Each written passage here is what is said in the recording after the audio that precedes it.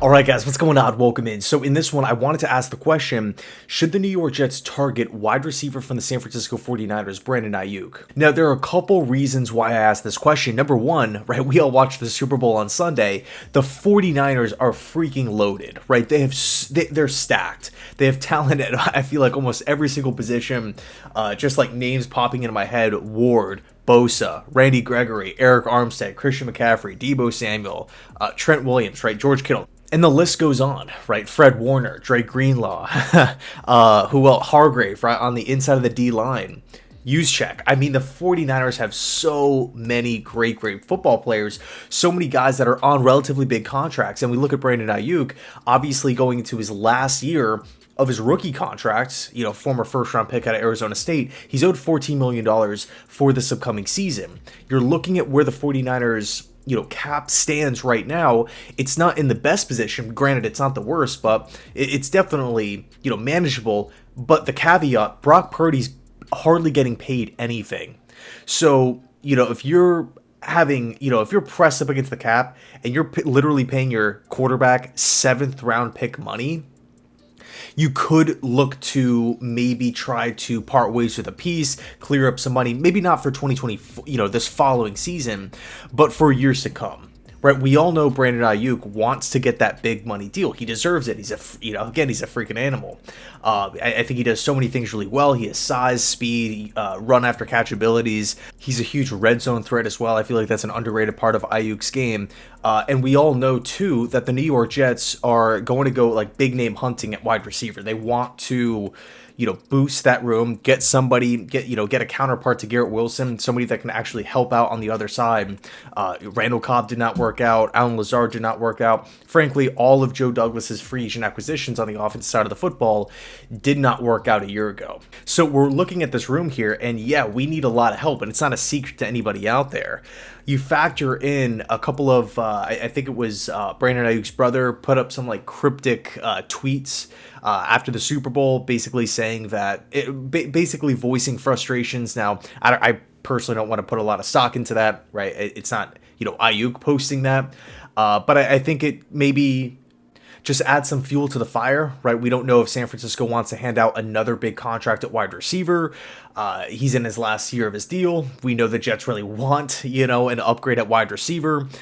We also can talk about Saleh's experience, his ties to San Francisco, plus Aiyuk's playoff experience, right? So he's won a lot of football games. That is somebody that that's really a trait that I really want in some of these players that the Jets try to acquire this offseason, guys that have been there and done that.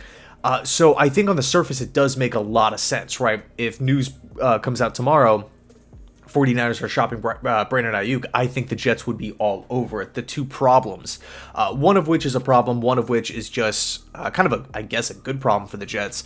Number one, I just don't know as far as trade compensation goes if the Jets could afford it, unless the 49ers want to deal him for like a couple mid-round picks, a third and a 4.